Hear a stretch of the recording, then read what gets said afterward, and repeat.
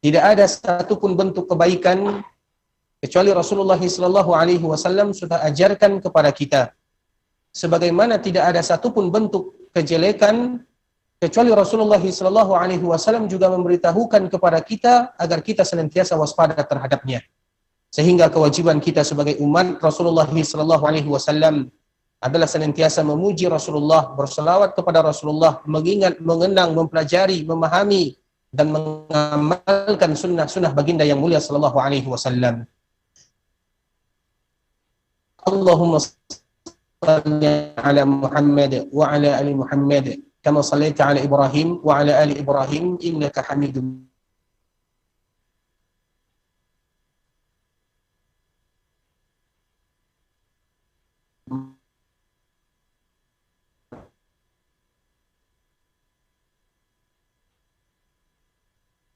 Majid. Allahumma barik ala Muhammad wa ala ali innaka Hamidum Majid. Ikhwatullah. Kita mengetahui dicintai oleh Rasulullah sallallahu alaihi wasallam. Rasulullah sallallahu alaihi wasallam hijrah alaihi wasallam menjadikan Madinah betul-betul kota yang dicintai oleh Rasulullah sallallahu alaihi wasallam dan juga para sahabatnya. Karena konsekuensi daripada hijrah, apabila seseorang mengatakan dirinya ingin hijrah, maka mereka benar-benar meninggalkan apa yang mereka tinggalkan. Sebagaimana Rasulullah SAW berhijrah dari kota Mekah menuju Madinah, maka Rasulullah SAW tinggal di kota Madinah, bahkan wafat pun di kota Madinah. Dan itu adalah konsekuensi hijrah. Begitu juga dengan kita untuk Allah Ta'ala dengan melakukan segala macam bentuk kebaikan.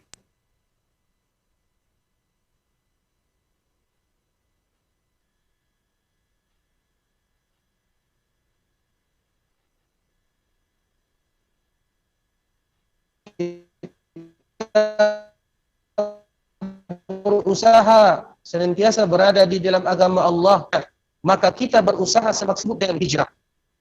Hijrah sebab hijrah dari kota Mekah menuju Madinah, maka Nabi tetap di sana karena Nabi sudah berikrar untuk hijrah.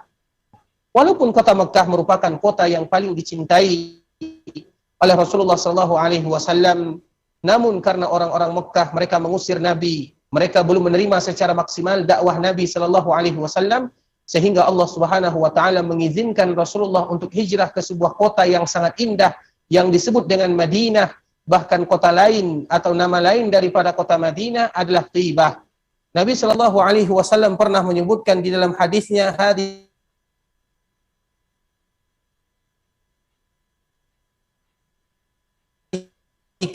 karena tidak satupun orang yang ada di Madinah atau mereka yang ingin tinggal di Madinah atau mereka yang ingin datang di Madinah, atau mereka yang ingin hijrah ke kota Madinah, kecuali mereka memiliki kebaikan. Dengan rasa kebaikan tersebut, mereka ingin tinggal di kota Thaibah, dan Thaibah adalah kota-kota kebaikan. Sehingga itu merupakan di antara nikmat Allah Subhanahu wa taala kepada orang-orang yang ada di Madinah. Rasulullah sallallahu alaihi wasallam menyebutkan Madinah adalah Thaibah. Sebagaimana juga Rasulullah sallallahu alaihi wasallam menyebutkan Madinah adalah Qabah, yaitu sebuah kebaikan. Karena memang sebagaimana juga yang disebutkan oleh Rasulullah SAW, mereka-mereka yang memiliki rasa tidak suka terhadap agama Islam, atau mereka yang tidak senang terhadap agama ataupun terhadap kota Madinah, maka secara sendirinya mereka akan keluar dari kota Madinah. Karena Madinah tidak suka kecuali yang baik-baik saja. Sehingga ketika kita berada di kota Madinah, dan itu merupakan nikmat Allah Azza wa Jal, maka kita berusaha semaksimal mungkin melakukan yang terbaik. Sehingga dengan umrah, dengan ibadah yang kita lakukan, betul-betul bisa menghapuskan dosa-dosa kita, bisa mengangkat derajat kita, bisa memberikan kepada kita pahala yang luar biasa. Dan itu adalah cita-cita kita bersama. Tidak ada orang yang datang ke kota Madinah, kecuali tujuan dan niatnya adalah bagaimana dosanya ditutupi oleh Allah Subhanahu wa Ta'ala. Tidak ada orang yang datang ke kota Madinah untuk beribadah, kecuali harapan mereka, derajat mereka diangkat oleh Allah Subhanahu wa Ta'ala. Dan itu adalah cita-cita kita bersama, dan semoga Allah mengabulkannya. Ketika Rasulullah SAW hijrah ke kota Madinah, maka kota Madinah menjadi kota yang paling dicintai Nabi SAW. Setelah Rasulullah SAW hijrah, maka Nabi senantiasa ingin tinggal di kota Madinah. Kalau seandainya tidak memiliki keperluan, maka Nabi tidak akan keluar dari kota Madinah. Makanya jarang Nabi SAW keluar dari kota Madinah setelah Nabi hijrah, kecuali kalau seandainya ada keperluan. Apa keperluan tersebut? Misalnya safar, atau misalnya ada peperangan menghadapi musuh yang ingin menyerang kota Madinah misalnya. Kalau seandainya tidak ada keperluan, maka Nabi tidak akan keluar dari kota Madinah.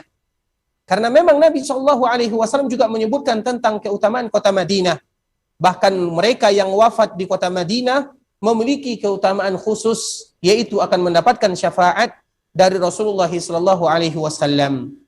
Rasulullah SAW ketika keluar dari kota Madinah, maka Rasulullah SAW ingin cepat kembali ke kota Madinah dan ingin pulang ke kota Madinah karena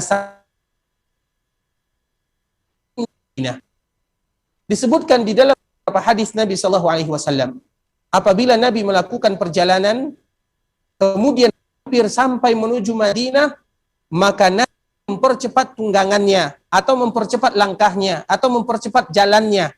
Kenapa? Karena rindu kepada kota Madinah. Kemudian ketika Nabi SAW sampai ke kota Madinah, maka Rasulullah SAW pergi ke masjidnya yang kita kenal Raudhah. Kemudian Rasulullah SAW salat di sana 2 rakaat, bentuk rasa syukur kepada Allah Subhanahu wa taala, sebagaimana kita juga dianjurkan kalau seandainya kita pulang dari perjalanan, pulang dari safar, maka yang harus kita lakukan pertama adalah bersyukur kepada Allah ketika Allah mengembalikan kita kepada keluarga kita, ketika kita diberikan kesehatan, ketika kita berkumpul kembali, bisa pulang ke daerah kita masing-masing, maka kita bersyukur kepada Allah, dan bentuk rasa syukur tersebut adalah dengan melaksanakan salat sunat 2 rakaat di rumah Allah Subhanahu wa taala, dan itulah yang harus kita lakukan.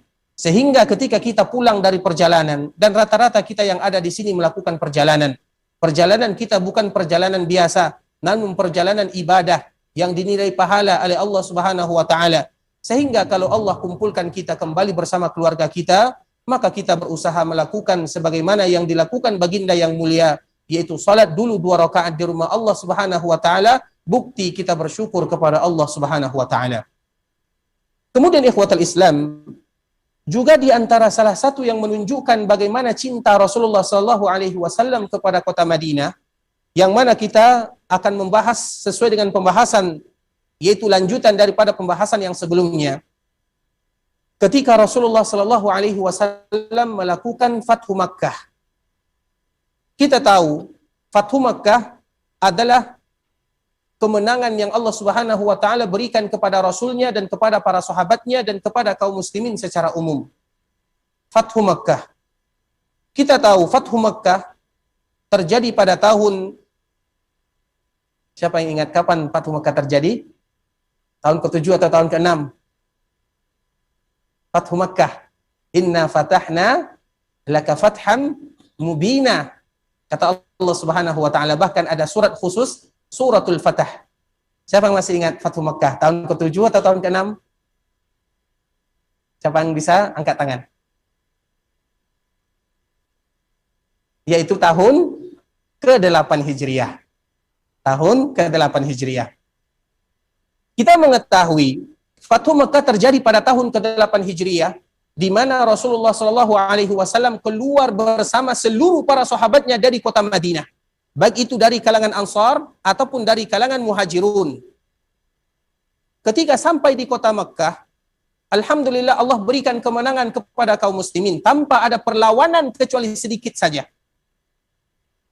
Kemudian setelah itu, Rasulullah SAW mengumpulkan orang-orang yang ada di Mekah, dan orang-orang Mekah mengira Rasulullah SAW akan balas dendam kepada mereka. Padahal Rasulullah SAW adalah Nabi yang rahmat, Nabi yang penuh kasih sayang.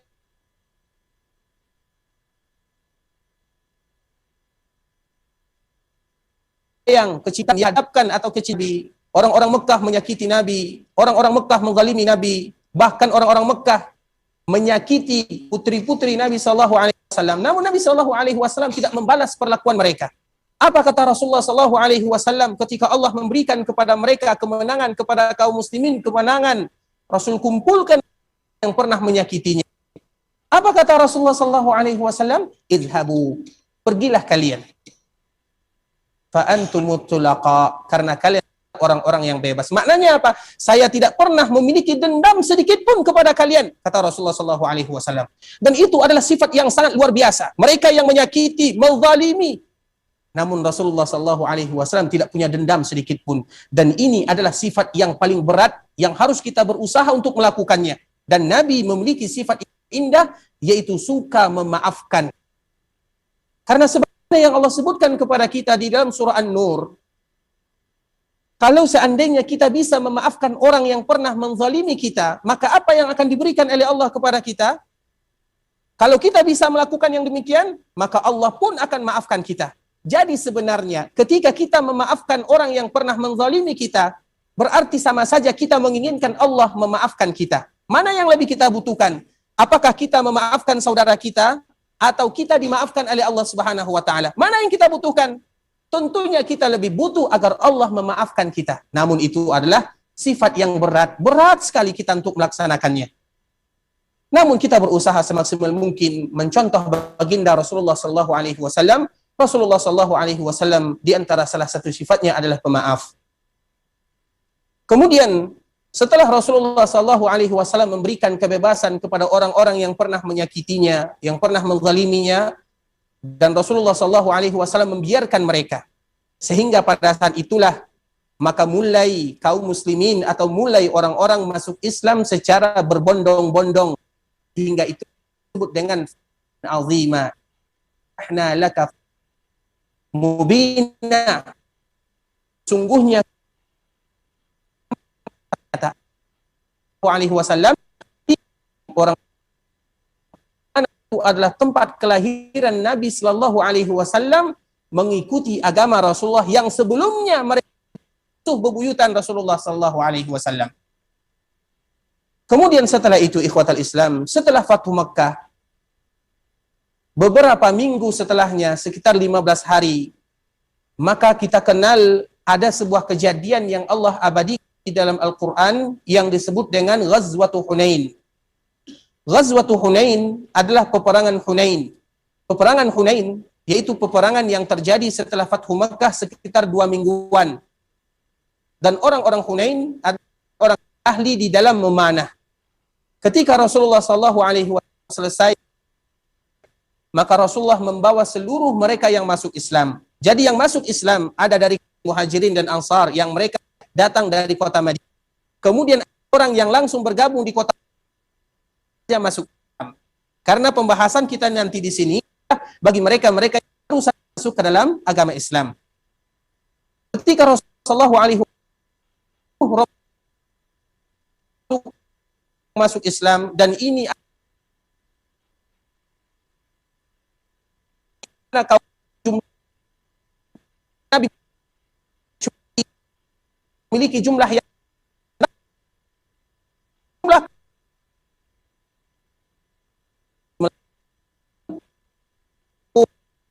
melawan 3.000 perang Khandak sedikit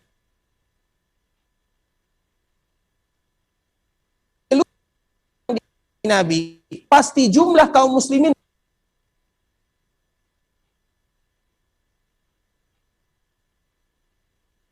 yang masih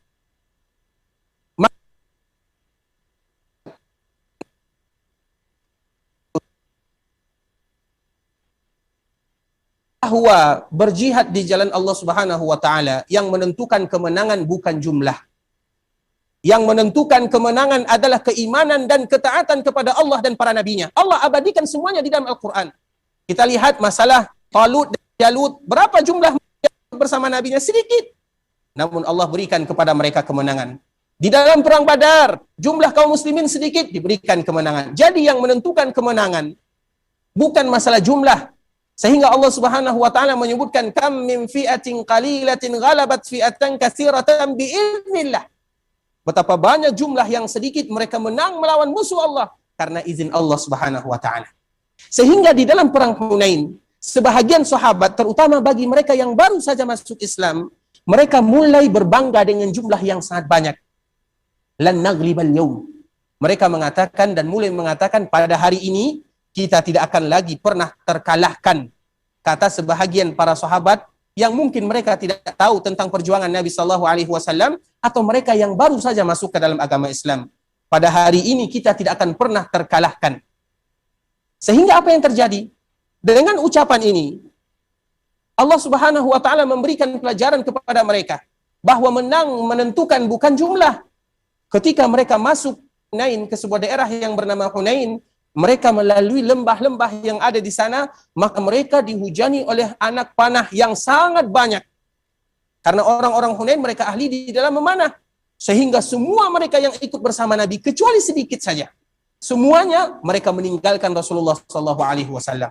Mereka berkocar-kacir, lari. Kemudian setelah mereka lari, Rasulullah SAW memanggil mereka dengan suara yang sangat kuat, wahai para sahabatku. Rasulullah SAW memanggil satu-satu, wahai kalian yang ikut dalam bai'atul ridwan, bukankah kalian telah berbaiat kepadaku untuk berjihad bahkan sampai pun kalian akan ikut? Rasulullah SAW memanggil orang-orang muhajirun, Nabi SAW memanggil orang-orang ansar, sehingga para sahabat yang tadi lari, mereka diingatkan dengan sabda Nabi. Mereka akhirnya bersama Nabi SAW, dan setelah itu Allah berikan kepada mereka kemenangan. Maka Allah abadikan kisah ini. Laqad nasarakumullahu fi mawatin katsirah. Allah Subhanahu wa taala telah memberikan kepada kalian kemenangan yang sangat banyak. Wa yauma Hunainin iz a'jabatkum kasratukum. Dan ingatlah kalian ketika terjadi perang Hunain di mana kalian sudah mulai berbangga dengan jumlah yang sangat banyak. Jumlah tidak pernah menentukan. Yang menentukan adalah taufik dan izin Allah Subhanahu wa taala. Dan itu adalah pelajaran bagi kita bersama. Yang penting kita berada di dalam kebenaran. Mau ada orang yang ikut, mau tidak ada yang ikut, kita tetap berjalan di jalan Allah Subhanahu wa taala dan juga di jalan Rasulullah sallallahu alaihi wasallam. Kemudian akhirnya ikhwatal Islam, setelah Allah Subhanahu wa taala memberikan teguran ketika Allah menyebutkan di dalam firman-Nya iz a'jabatkum kasratukum falam tughni ankum minallahi syai'a, yang mana jumlah tersebut tidak bisa memberikan manfaat kepada kalian sedikit pun kalau bukan izin Allah Subhanahu wa taala. Yang mana akhirnya Allah Subhanahu wa taala tentunya memaafkan para sahabat, karena bagaimanapun sahabat, label mereka yang tidak akan pernah hilang darinya adalah radhiyallahu anhum wa radu'an. Mereka adalah orang yang diridhai oleh Allah dan Allah ridha kepada mereka, mereka ridha kepada Allah. Jadi para sahabat tidak bisa keluar dari label ini, sehingga mereka semuanya walaupun bertingkat-tingkat, ada yang lebih utama, namun semua mereka adalah orang yang paling utama. Mereka memiliki label yang tidak akan bisa hilang dari dirinya, radhiyallahu anhum wa radu'an. Mereka ridha kepada Allah, Allah pun ridha kepada mereka. Kalau Allah ridha kepada mereka, sudah pasti surga tempat kembalinya. Setelah terjadi perang Hunain, ikhwatul Islam, maka Rasulullah sallallahu alaihi wasallam pun mendapatkan yang namanya mendapatkan ghanimah. Mulai memberikan ghanimah ikut berperang bagi Rasulullah sallallahu alaihi wasallam. Biasanya Rasulullah sallallahu alaihi wasallam membagi ghanimah sesuai dengan keadaan para sahabat, berbeda dengan mereka yang berjalan kaki atau mereka yang menggunakan kendaraan berbeda. Namun Nabi membagi semuanya. Berbeda ketika terjadi perang Hunain, Nabi sallallahu alaihi wasallam tidak membagi rata atau tidak memberikan kepada sahabat semuanya ghanimah atau harta rampasan. Nabi tidak membagikan kepada semua para sahabat. Jadi kepada siapa Nabi sallallahu alaihi wasallam membagikan ghanimah tersebut? Rasulullah sallallahu alaihi wasallam mengkhususkan kebanyakan ghanimah ini adalah untuk orang-orang Mekkah. Rasul memberikan kepada Abu Sufyan 100 ekor onta. Bahkan ditambah lagi 100 ekor onta. Kita tahu onta itu, 1 ekor onta sama dengan 1 kendaraan yang ada di zaman kita sekarang. Ditambah lagi 100 ekor onta. Nabi memberikan harta yang sangat banyak kepada Abu Sufyan. Bahkan kepada Ikrimah. Kita tahu Ikrimah anaknya Abu Jahal. Diberikan 100 ekor onta. Kemudian kepada yang lainnya diberikan 100 ekor onta. Sehingga harta tersebut habis diberikan kepada orang-orang Mekah. Maka di sini timbul pertanyaan terutama dari kalangan Ansar. Dari orang-orang Ansar, dari orang-orang yang berasal dari kota Madinah.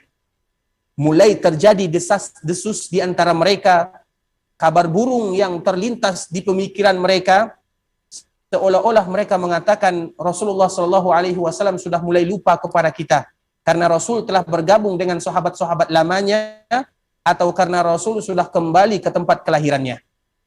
Desas-desus ini didengar oleh Rasulullah Shallallahu Alaihi Wasallam bahwa ada kalimat dan ucapan-ucapan yang mengatakan, dan ini adalah bentuk kesedihan. Bukan berarti mereka menolak apa yang Nabi lakukan, tidak. Namun mereka bertanya-tanya, mengapa Nabi Shallallahu Alaihi Wasallam melakukan sebagai yang Nabi lakukan? Biasanya Nabi memberikan kepada kami ghanimah sama dengan orang yang ikut dalam peperangan yang lainnya. Namun pada kali ini, orang-orang muhajirin atau orang-orang ansor secara khusus, Nabi Shallallahu Alaihi Wasallam tidak memberikan harta tersebut kepada mereka. Ketika Nabi mendengarkan apa yang telah disebutkan oleh orang-orang Ansar, maka pada saat itulah Rasulullah Shallallahu Alaihi Wasallam turun berjumpa, dan pertemuan ini adalah pertemuan khusus dengan orang-orang Ansar saja. Disinilah bagaimana menunjukkan kepada kita bagaimana cintanya Rasulullah Shallallahu Alaihi Wasallam kepada kota Madinah. Rasulullah Shallallahu Alaihi Wasallam mengumpulkan orang-orang Ansar. Ketika Rasulullah Shallallahu Alaihi Wasallam mengumpulkan orang-orang Ansar, maka Nabi pun mulai memuji Allah Subhanahu wa taala, kemudian mengatakan, wahai kalian orang-orang Ansar, apakah benar kalian mengatakan ini, mengatakan itu? Tentunya orang Ansar mereka adalah orang-orang yang jujur, karena mereka Ansar itu adalah mereka yang menolak Rasulnya. Ya Rasulullah. Dan tentunya orang Ansar mengatakan demikian karena mereka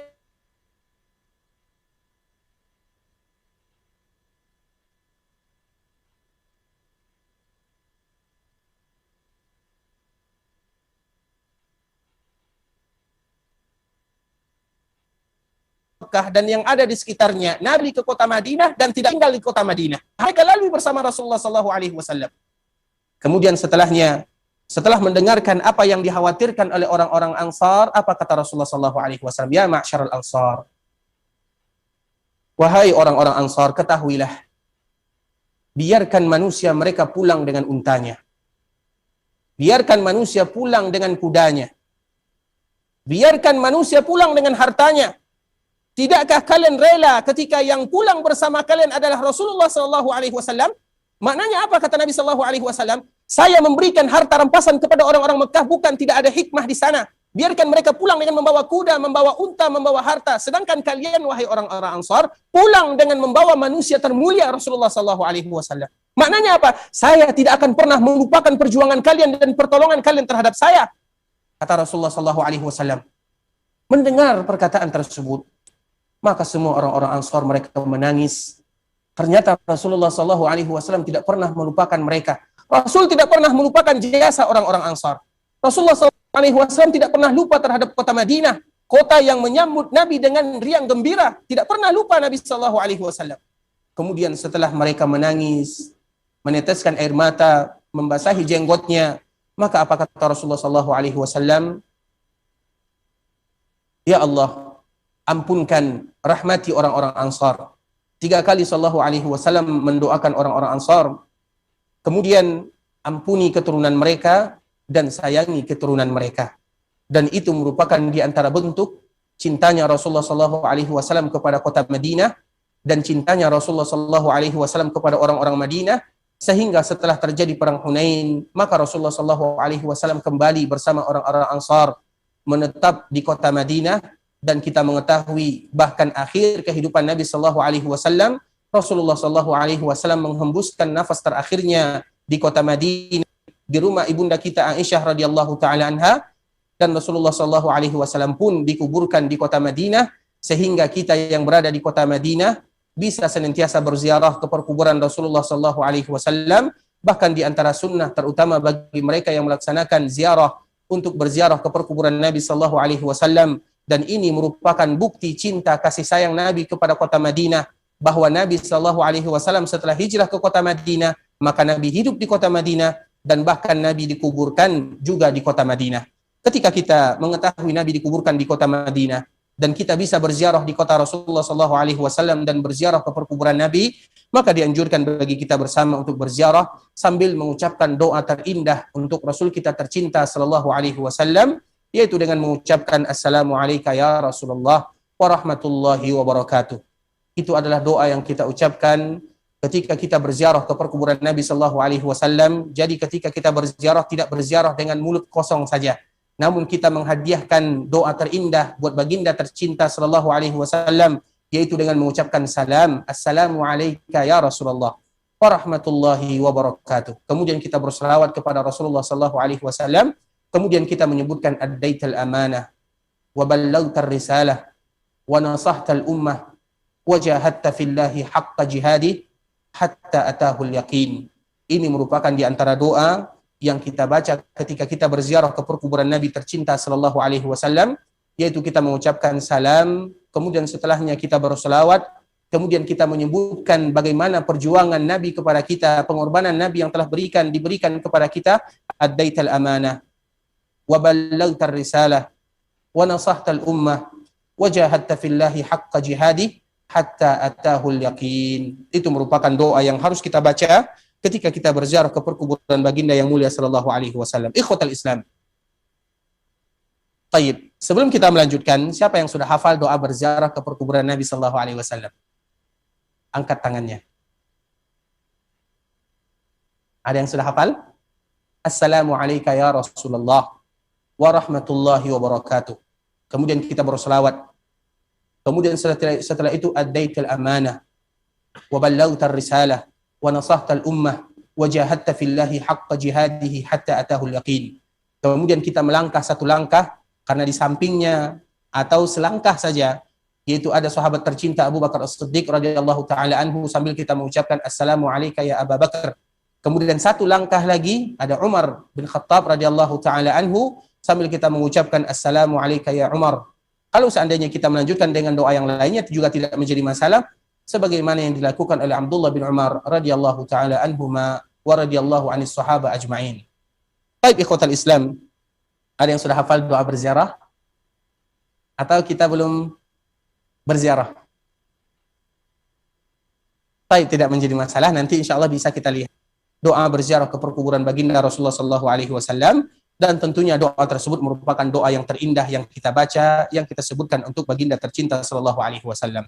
Ikhwatal Islam, saudara kaum muslimin, para jemaah rahimani wa rahimakumullah. Nah, kisah perang Hunain ini, tentunya di sana banyak kisah yang paling indah dan kisah yang bisa memberikan pelajaran kepada kita. Di antara salah satunya adalah kejadian yang akan disebutkan oleh sahabat Abi Waqid al-Laitsi radhiyallahu taala anhu. Nanti dia bercerita bagaimana kejadian, dan di antara salah satu kejadian yang mereka hadapi terutama ketika mereka melakukan peperangan Hunain. Tadi kita mengisahkan peperangan Hunain, yaitu bagaimana bentuk cinta Rasulullah sallallahu alaihi wasallam kepada kota Madinah dan bagaimana bentuk cinta Rasulullah sallallahu alaihi wasallam kepada orang-orang Madinah. Bentuk cinta Nabi kepada kota Madinah dan cinta Nabi kepada orang-orang Madinah. Kemudian ikhwatul Islam, pembahasan kita yaitu sebagaimana yang dilakukan oleh sahabat Nabi sallallahu alaihi wasallam. Kita mengetahui manusia yang paling mulia setelah para nabinya adalah para sahabat. Kenapa mereka mulia? Karena mereka pernah melihat wajah, memandang wajah yang terindah, yaitu wajah Rasulullah sallallahu alaihi wasallam. Maka para sahabat itu disebut dengan sahabat, yaitu mereka yang pernah melihat Nabi sallallahu alaihi wasallam, kemudian beriman kepada Nabi sallallahu alaihi wasallam. Kemudian mereka wafat dalam keadaan beriman kepada Nabi sallallahu alaihi wasallam, walaupun mereka hanya melihat Nabi sesaat saja. Kalau seandainya mereka sudah pernah melihat wajah yang indah, wajah Nabi yang mulia sallallahu alaihi wasallam, walaupun sesaat saja, kemudian mereka beriman, kemudian mereka wafat dalam keimanan, maka mereka disebut dengan sahabat. Nah, dari sahabat ini, tentunya mereka tidak menyia-nyiakan kesempatan tersebut, terutama bagi mereka yang senantiasa bersama Rasulullah sallallahu alaihi wasallam. Banyak pelajaran yang mereka hadapi, banyak hal-hal yang mereka lakukan bersama Rasulullah sallallahu alaihi wasallam, dan di antara salah satu yang mereka lakukan adalah bertabarruk dengan Nabi sallallahu alaihi wasallam. Dan ini adalah pembahasan yang akan kita bahas, yaitu bertabarruk dengan Rasulullah sallallahu alaihi wasallam ketika sallallahu alaihi wasallam hidup. Bahkan kita juga bertabarruk dengan asar Nabi sallallahu alaihi wasallam. Makanya kita lihat contohnya seperti misalnya ibunya Anas bin Malik yang bernama Ummu Sulaim. Ummu Sulaim ini dia memiliki hubungan kekeluargaan dengan Rasulullah sallallahu alaihi wasallam. Ummu Sulaim seorang wanita yang paling mulia di dalam Islam. Bagaimana bentuk Ummu Sulaim ini bertabaruk dengan Nabi sallallahu alaihi wasallam? Bahkan dia bertabaruk dengan keringat Nabi sallallahu alaihi wasallam. Karena bertabaruk dengan Nabi ketika Nabi masih hidup, boleh dengan Nabi itu sendiri dan juga boleh dengan bekas Nabi sallallahu alaihi wasallam. Dan kita akan sebutkan contohnya. Di antara contohnya adalah Ummu Sulaim. Ketika Ummu Sulaim mengetahui Nabi sallallahu alaihi wasallam tidur di rumahnya atau di rumah yang telah ditentukan, maka Nabi sallallahu alaihi wasallam tidur dan keluar keringat dari tubuh Nabi sallallahu alaihi wasallam. Kemudian keringat tersebut dicarilah oleh Ummu Sulaim sebuah botol. Kemudian ditampung keringat Rasulullah sallallahu alaihi wasallam dan dikumpulkan. Kemudian ada yang bertanya kepada Ummu Sulaim, "Apa yang kamu lakukan?" Apa kata Ummu Sulaim? "Aku akan menjadikan keringat ini sebagai minyak wangiku dalam kehidupan sehari-hari." Tentunya ini berbeda dengan kita. Dan ini tidaklah dimiliki kecuali oleh Rasulullah SAW. Karena Nabi tidak boleh kita kiaskan kepada manusia yang lainnya. Keringat Nabi itu berbau kasturi. Kalau keringat kita, macam terasi. Tidak sama dan tidak boleh dibandingkan. Ketika ada yang bertabaruk dengan keringat Nabi, apakah boleh bertabaruk dengan keringat orang saleh? Boleh atau tidak? Tidak boleh kita kiaskan antara Nabi Shallallahu Alaihi Wasallam dengan yang lainnya. Bukan berarti kita tidak menghormati. Namun Nabi itu spesial, berbeda dengan yang lainnya. Begitu juga contohnya. Ketika Rasulullah Shallallahu Alaihi Wasallam mencukur rambutnya, maka tidak satu pun rambut itu terjatuh ke tanah kecuali ada sahabat yang mengambilnya. Mereka bertabaruk dengan Nabi Shallallahu Alaihi Wasallam. Yaitu bertabaruk dengan rambut Nabi Shallallahu Alaihi Wasallam. Boleh untuk Nabi Shallallahu Alaihi Wasallam. Kemudian apakah ini boleh kita kiaskan kepada manusia yang ada sekarang? Ada orang yang bercukur, kemudian kita ambil bertabaruk dengan rambutnya. Boleh atau tidak? Tidak, karena Nabi tidak dikiaskan dengan manusia yang lainnya. Jangankan rambut, bahkan dahak Nabi Shallallahu Alaihi Wasallam pun tidak pernah jatuh ke tanah, kecuali jatuh di tangan para sahabat Nabi yang mulia Shallallahu Alaihi Wasallam, kemudian mereka mengoleskan ke seluruh tubuhnya. Namun jangan kita kiaskan, karena keringat Nabi, dahak Nabi, air liur Nabi berbeda dengan orang-orang yang datang setelahnya. Tidak boleh kita kiaskan. Makanya sering kita sebutkan, itu adalah di antara bentuk keberkahan Nabi yang boleh kita mengambil berkah dari Nabi Shallallahu Alaihi Wasallam. Sering kita contohkan dan kita ulang lagi. Sebuah kejadian yang tidak jauh dari Nabi Shallallahu Alaihi Wasallam yang bernama Musailamah. Musailamah Al-Kazzab yang tinggal di Yamamah. Musailamah ini, dia sezaman dengan Nabi Shallallahu Alaihi Wasallam. Bahkan pernah berkirim surat kepada Nabi Shallallahu Alaihi Wasallam untuk membagi tanah Arab ini menjadi dua. Untuk Nabi separohnya, untuk dia separohnya. Karena dia mengaku dirinya sebagai seorang Nabi. Kemudian, orang-orang Yamamah atau kaum Musailamah ini tahu kalau Musailamah ini adalah seorang pendusta. Mereka tahu. Namun karena asabiyah, karena fanatisme, mereka tetap mengikuti Musailamah. Bahkan di dalam kebatilan pun. Nah, ketika terjadi mukjizat kepada Rasulullah SAW, kita mengetahui air ludah Nabi itu berbeda dengan air ludah kita semuanya. Berbeda, jangan dan tidak boleh disamakan. Rasulullah SAW pernah ada sahabat yang mengadu kepadanya tentang sebuah sumur. Yang mana sumur ini airnya asin. Sehingga apabila asin tidak bisa diminum dan tidak bisa dimanfaatkan. Maka Nabi SAW pun meludah. Ketika Nabi meludah ke sumur tersebut, airnya menjadi bagus, menjadi tawar, menjadi banyak. Itu namanya berkah. Karena berkah itu artinya apa?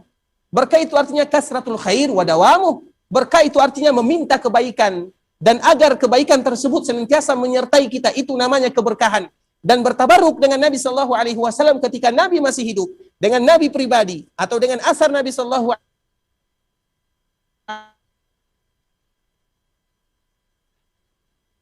Alaihi Wasallam dianjurkan sebagaimana para sahabat melakukan dengan air liur Nabi Shallallahu Alaihi Wasallam untuk menghilangkan keasinan yang ada di dalam sebuah sumur yang tadi telah kita jelaskan. Kabar ini sampai kepada Musailamah dan sampai kepada pengikut Musailamah.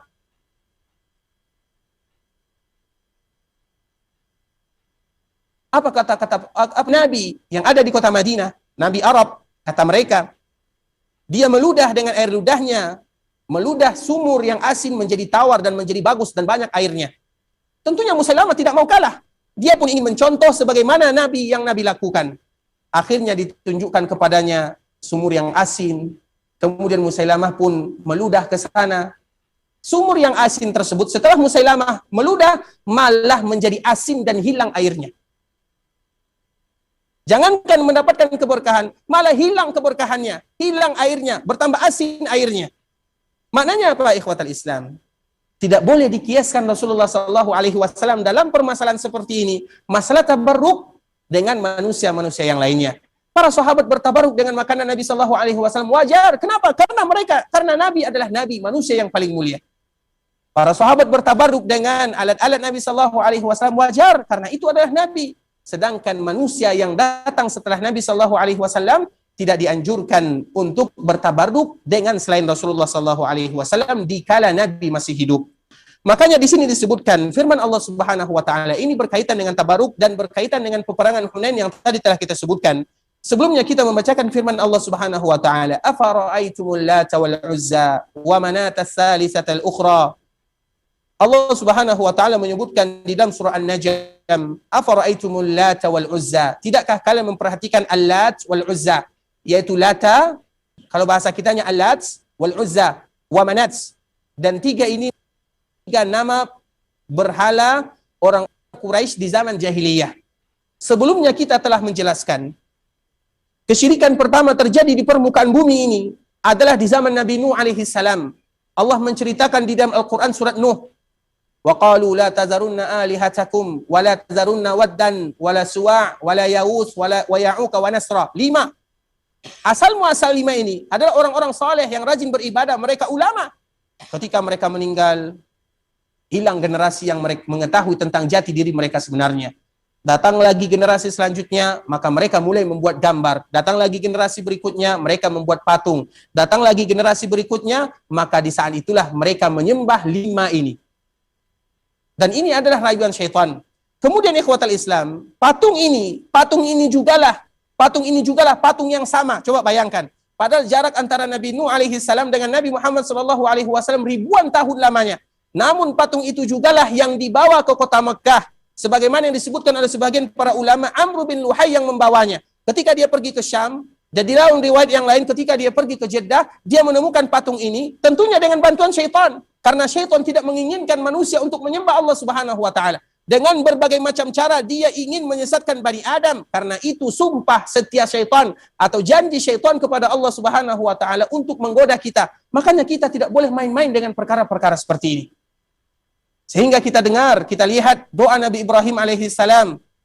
Wa idh qala Ibrahim rabbi ij'al hadzal balada amina wajnubni wa baniya an na'budal asnam. Doa Nabi Ibrahim yang sudah pasti dijamin masuk surga. Apa doanya?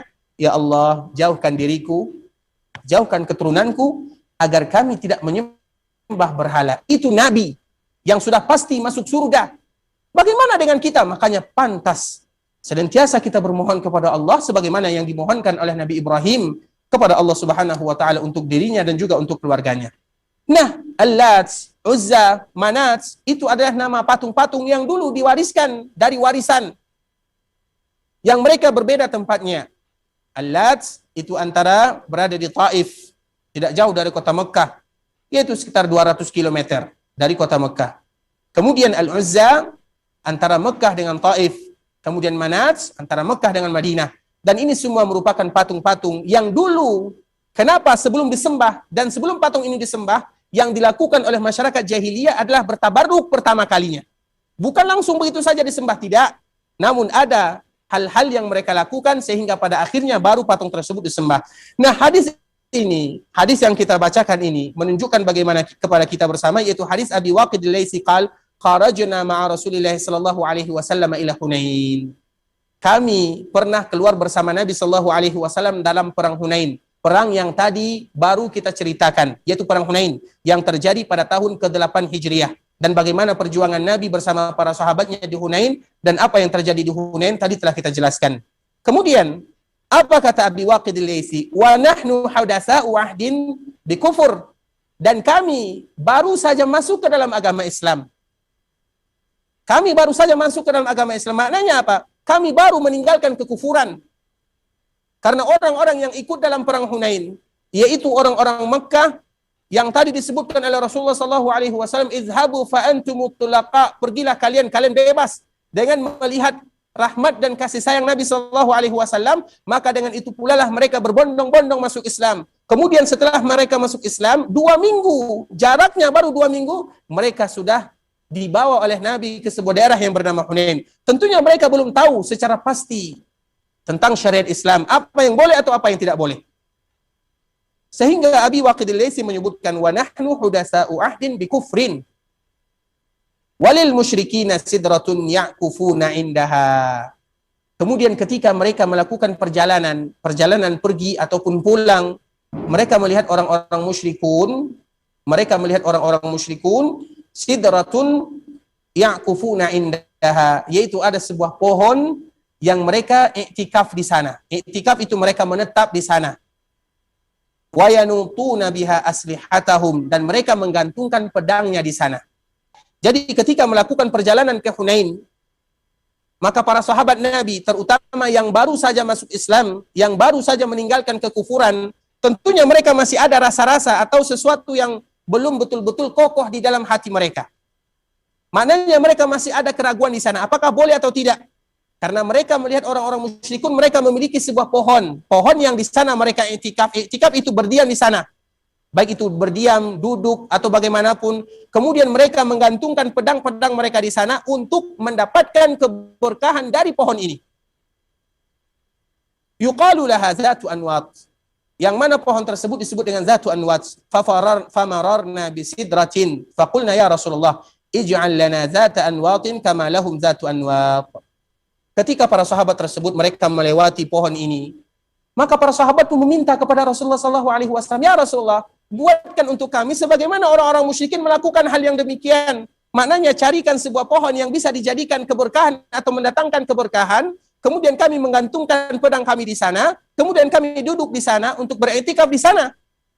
Kenapa para sahabat, terutama mereka yang baru masuk Islam, mengatakan yang demikian? Karena ketidaktahuan mereka. Bukan berarti mereka mengkhilafi Nabi SAW, tidak. Namun mereka tidak tahu, karena baru saja mereka masuk ke dalam agama Islam, baru 1 minggu, baru 2 minggu. Apa kata Rasulullah SAW? Allahu Akbar, innahas sunan. Qultum walladhi nafsi biyadih kama qalat banu Israel li Musa. Allahu Akbar. Ketika Nabi mendengarkan ada sebahagian para sahabat yang meminta demikian kepada Nabi SAW, maka Nabi menyebutkan Allahu Akbar. Allah Maha Besar. Innahas sunan. Itu adalah tradisi. Tradisi siapa? Qultum walladhi nafsi biyadi kama qalat banu Israel li Musa. Itu adalah tradisi yang dulunya permintaan yang sama diminta oleh Bani Israel kepada Nabi Musa alaihissalam. Apa yang diminta oleh Bani Israel kepada Nabi Musa? Kita mengetahui ketika Allah Subhanahu wa taala menyelamatkan Nabi Musa dan Bani Israel dari kejaran Firaun, yang mana Allah menceritakan kepada kita di dalam berbagai ayat Al-Qur'an, Allah menyelamatkan mereka, kemudian mereka akhirnya bisa selamat dari kejaran Firaun dan mereka tidak lagi terintimidasi. Kemudian mereka hidup dengan tenang, dengan nyaman, dengan aman. Kemudian setelahnya, tentunya mereka masih terbiasa dengan keadaan sebelumnya. Karena ketika mereka berada di Mesir bersama Fir'aun, mereka tertindas dan mereka sudah terbiasa melihat orang-orang yang menyembah selain Allah Subhanahu wa taala. Sudah terbiasa mereka dengan kehidupan demikian. Ketika mereka diselamatkan oleh Allah Subhanahu wa taala, maka Allah memanggil Nabi Musa alaihissalam untuk bermunajat sebagaimana yang Allah kisahkan di dalam surah Al-A'raf. Allah memanggil Nabi Musa untuk bermunajat 30 hari, yang mana ditambah lagi 10 hari menjadi 40 hari. Hanya selang 40 hari saja, yang mana tadinya Nabi Musa alaihissalam meninggalkan kaumnya dan ditinggalkan kepada saudaranya Harun agar mereka senantiasa menyembah Allah Subhanahu wa taala 40 hari saja, maka orang-orang Israel atau Bani Israel mereka sudah menyembah al-ijil, yaitu bakar, yaitu anak lembu yang sudah mereka buat seperti patung. Hanya berkisar 40 hari saja. Padahal bersama mereka adalah Rasul Nabi Musa alaihi salam. Nah, itulah yang disebutkan oleh Rasulullah sallallahu alaihi wasallam, innahas sunan. Sesungguhnya ini merupakan tradisi Bani Israel yang meminta kepada Nabi Musa alaihi salam dengan perkara yang sama. Maknanya apa? Jangan kalian lakukan sebagaimana yang dilakukan oleh Bani Israel. Mudah bagi mereka untuk melakukan sesuatu yang itu diharamkan. Terutama masalah tabaruk.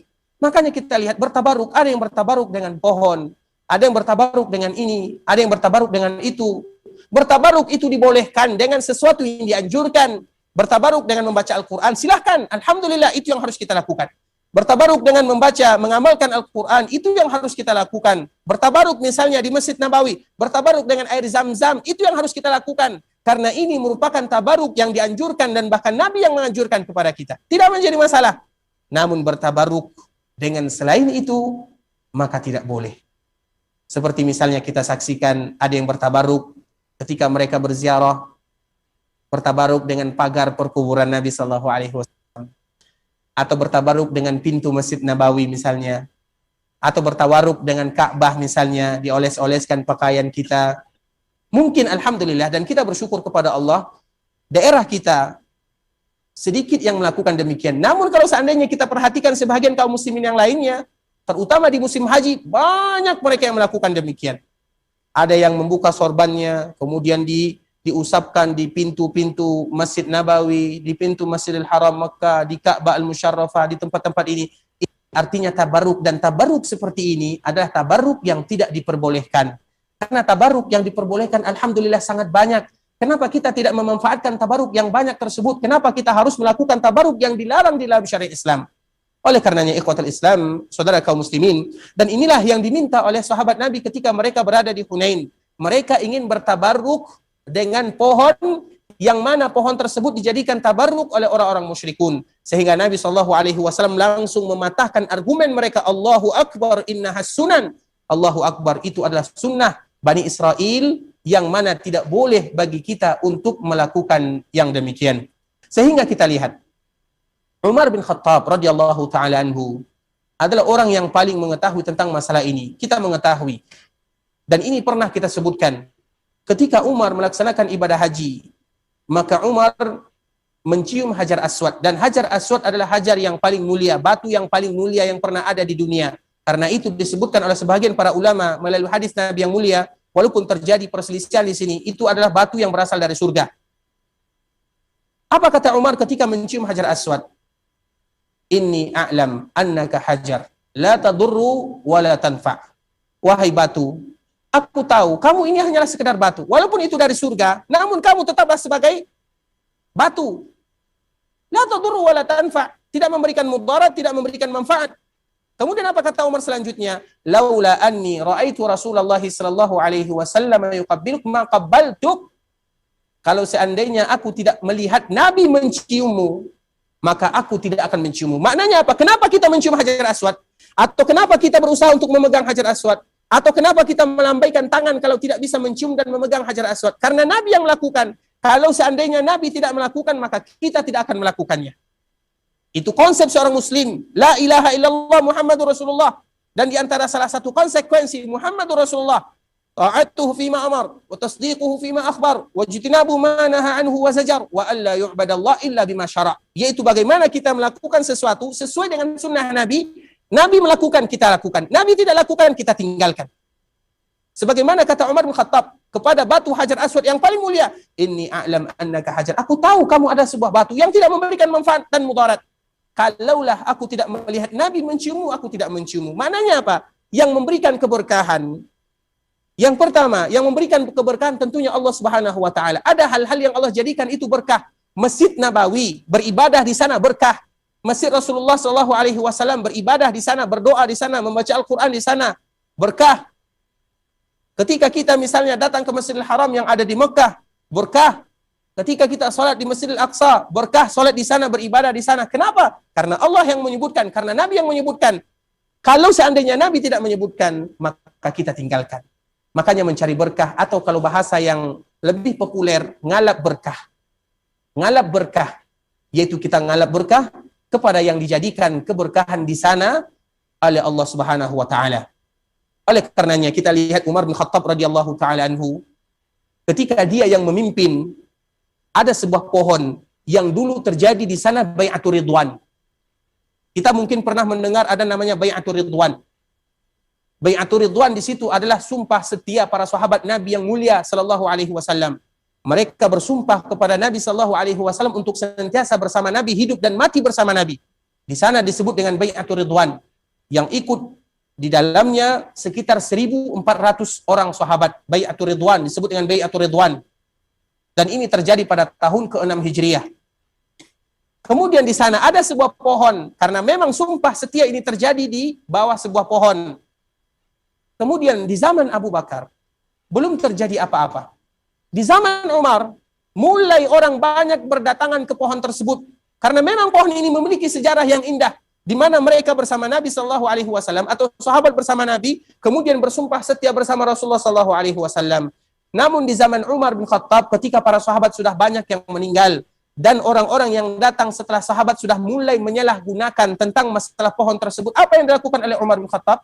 Umar menebang pohon ini. Ditebangnya, kenapa? Supaya tidak terjadi mengambil atau mengalap berkah kepada sesuatu yang tidak dijadikan berkah. Karena mengalap berkah kepada sesuatu yang pasti berkah. Al-Quran pasti berkah. Mengamalkan Al-Quran, membaca Al-Quran pasti berkah. Kita mengambil keberkahan dari sana. Air Zam-Zam sudah pasti berkah. Buah-buahan yang disebutkan oleh Allah dalam Al-Quran, at-tin, az-zaitun, berkah. Kita jadikan itu sebuah keberkahan. Daun sidir atau daun bidara dijadikan keberkahan karena Allah yang menyebutkan, Nabi yang menyebutkan. Selain daripada itu semua, baik itu kepada manusia, baik itu kepada makhluk yang lainnya, maka kita lihat nas di sana. Dan ini tidak boleh dikiaskan antara Nabi dengan yang lainnya. Oleh karenanya ikhwatal Islam, tentunya kita semua ingin mendapatkan keberkahan. Siapa pula yang tidak ingin mendapatkan keberkahan? Bahkan tujuan hidup kita adalah mencari keberkahan. Berkah dalam kehidupan kita. Berkah dalam harta kita. Berkah dalam anak-anak kita. Berkah terhadap keturunan kita. Berkah terhadap harta kita. Berkah terhadap rumah kita. Berkah terhadap semuanya. Namun mencari keberkahan adalah kepada sesuatu yang diizinkan untuk mendapatkan keberkahan di sana. Ikhwatal Islam, saudara kaum muslimin, para jamaah rahimani wa rahimakumullah. Mungkin pembahasan kita sampai di sini dulu, dan kita biasa bermohon kepada Allah Subhanahu wa taala, terutama ketika kita berada di Masjid Rasulullah sallallahu alaihi wasallam, untuk memanfaatkan waktu yang singkat ini semaksimal mungkin. Kalau perlu kita jadikan semua kehidupan kita selama berada di kota Madinah untuk beribadah kepada Allah Subhanahu wa taala. Perjuangan kita yang sangat berat ketika kita berada di kota Rasulullah sallallahu alaihi wasallam, bagaimana kita memanfaatkan momen tersebut untuk beribadah kepada Allah Subhanahu wa taala. Dan di antara ibadah yang paling mulia yang senantiasa kita sebutkan adalah sebuah hadis Rasulullah sallallahu alaihi wasallam dari Abu Hurairah radhiyallahu taala anhu. Rasulullah sallallahu alaihi wasallam menyebutkan, man jaa masjidi hadza, barang siapa yang datang ke Masjid Nabawi. Bahkan hadis ini dijadikan hujjah oleh Imam Malik bahwa Masjid Nabawi merupakan masjid yang paling mulia yang tidak dimiliki oleh masjid mana saja, terkhusus dalam masalah hadis ini. Kenapa? Karena Nabi menyebutkan dengan jelas dan tegas, man jaa masjidi hadza, barang siapa yang datang ke masjidku ini, yaitu Masjid Nabawi, yaitu Masjid Rasulullah sallallahu alaihi wasallam, la ya'tihi illa li khairin yata'allamuhu aw yu'allimuhu, dia tidaklah datang ke Masjid Rasulullah sallallahu alaihi wasallam kecuali ingin kebaikan, baik itu dengan belajar ataupun dengan mengajar. Kita lihat alhamdulillah di Masjid Rasulullah sallallahu alaihi wasallam, halaqah-halaqah sudah mulai dibuka. Kalau seandainya kita tidak tahu bahasa Indonesia, banyak halaqah bahasa Arab misalnya. Halaqah Al-Qur'an juga sudah mulai banyak dibuka. Kita nimbrung di sana, kita ikut bersama mereka. Walaupun kita tidak tahu bahasa mereka, namun Al-Qur'an menyatukan kita. Kita ikut di sana. Itu adalah bentuk kebaikan. Barang siapa datang ke Masjid Rasulullah sallallahu alaihi wasallam, tujuannya adalah kebaikan. Baik dia yang mengajar atau dia yang diajar, fahuwa bimanzilatil mujahidi fi sabilillah, maka dia ibarat orang yang sedang berjihad. Duduknya kita di Masjid Rasulullah sallallahu alaihi wasallam, baca Quran, belajar Al-Quran, saling mendengarkan Al-Quran, itu sama dengan jihad di jalan Allah Subhanahu wa taala. Padahal kita berada di tempat yang istimewa, namun dihitung seorang yang mujahid di jalan Allah Subhanahu wa taala. Kapan lagi kita akan mendapatkan nilai spesial seperti ini? Kita tidak tahu kapan lagi Allah akan memanggil kita ke Masjid Rasulullah sallallahu alaihi wasallam, sehingga kita manfaatkan semaksimal mungkin. Sedangkan perkara-perkara yang lainnya, intinya kita berusaha beriktikaf di Masjid Nabawi, sholat sunat kita laksanakan, sholat fardu sudah pasti, sholat jenazah, semua ibadah kita lakukan, karena kita tidak tahu. Dan wajarlah kalau seandainya mereka melakukan yang demikian, maka Nabi menyebutkan al-umratu ilal umrati kaffaratul lima bainahuma. Ketika seseorang melaksanakan ibadah umrah, kemudian Allah kembali memberikan rezeki kepada mereka untuk memberikan umrah lagi, maka dosa-dosa mereka akan dihapuskan oleh Allah Subhanahu wa taala, dan semoga Allah menghapuskan dosa kita bersama. Oleh karenanya ikhwatul Islam, kami tadi untuk kita bersama untuk memanfaatkan waktu semaksimal mungkin ketika kita berada di Masjid Rasulullah sallallahu alaihi wasallam dalam rangka beribadah Subhanahu wa taala dan mengambil semua nilai yang disebutkan oleh Nabi di dalam sabda yang indah sallallahu alaihi wasallam. Ikhwatal Islam, sebelum kita menutup, dan ini senantiasa kita sebutkan agar kita senantiasa menjaga protokol kesehatan, menjaga jarak, memakai masker. Intinya kita menjaga protokol kesehatan, al-ijra'at al-ihtiraziyah wa tadabir al-wiqaiyah, yaitu bagaimana kita senantiasa berusaha menjaga protokol kesehatan sesuai dengan arahan pengurus Masjid Rasulullah SAW, yang mana itu semua adalah demi kemaslahatan kita bersama. Karena kita tidak ingin berlama-lama dengan wabah ini. Tentunya kita berharap kepada Allah Subhanahu wa taala agar Allah Subhanahu wa taala mengangkat wabah ini dari kita, dari masyarakat kita, dari seluruh negara-negara kaum muslimin, dan Allah Subhanahu wa taala memberikan kesembuhan kepada mereka yang diuji oleh Allah Subhanahu wa taala. Ikhwatal Islam, saudara kaum muslimin, kita senantiasa bermohon kepada Allah Subhanahu wa taala agar Allah Subhanahu wa taala ampunkan dosa kita. Allahumma ighfir lana dzunubana wa liwalidina warhamhuma kama rabbawna shighara. Allahumma inna nas'aluka minal khairi kullih ajilihi wa ajilih ma 'alimna minhu wa ma lam na'lam wa na'udzu bika minasy syarri kullih ajilihi wa ajilihi ma 'alimna minhu wa ma lam na'lam. Allahumma inna nas'aluka khaira ma sa'ala 'abduka wa nabiyyuka Muhammadun sallallahu alaihi wasallam wa na'udzu bika min syarri ma 'adza bihi 'abduka wa nabiyyuka sallallahu alaihi wasallam. Allahumma inna nas'aluka al-jannah. Allahumma inna nas'aluka al-jannah. Allahumma inna nas'aluka al-jannah wa ma qarraba ilaiha min qawlin wa 'amal. Wa na'udzu bika minan nar. Wa na'udzu bika minan nar wa na'udzu bika minan nar wa ma qarraba ilaiha min qawlin wa 'amal. Allahumma inna nas'aluka an taj'ala kull qada'in qadaitana lana khair. Allahumma hab lana min azwajina wa dhurriyyatina qurrata a'yun waj'alna lil muttaqina imama. Rabbana srif 'anna 'adzab jahannam inna 'adzabaha kana gharama innaha sa'at mustaqarra wa muqama. Allahumma taqabbal minna salatana wa siyamana wa du'aana wa ruku'ana wa sujudana wa kulla ibadatina ya Rahman. Allahumma ya muqallibal qulub tsabbit qulubana 'ala dinik. Allahumma ya muqallibal qulub tsabbit qulubana 'ala ta'atik. Rabbana zalamna anfusana wa illam taghfir lana wa tarhamna lanakunanna minal khasirin. Rabbana atina fid dunya hasanah wa fil akhirati hasanah wa qina adzabannar. Wa sallallahu wa sallim ala nabiyyina wa habibina Muhammadin wa ala alihi wa sahbihi wa sallam tasliman katsira. Kita tutup dengan membaca doa kafaratul majlis, dan insyaallah kita semoga dipermudahkan untuk berjumpa keesokan harinya dalam keadaan sehat wal afiat. Subhanakallahumma bihamdika asyhadu an la ilaha illa anta astaghfiruka wa atubu ilaik. Allahumma wa sallim ala nabiyyina Muhammadin wa ala alihi wa sahbihi tasliman katsira.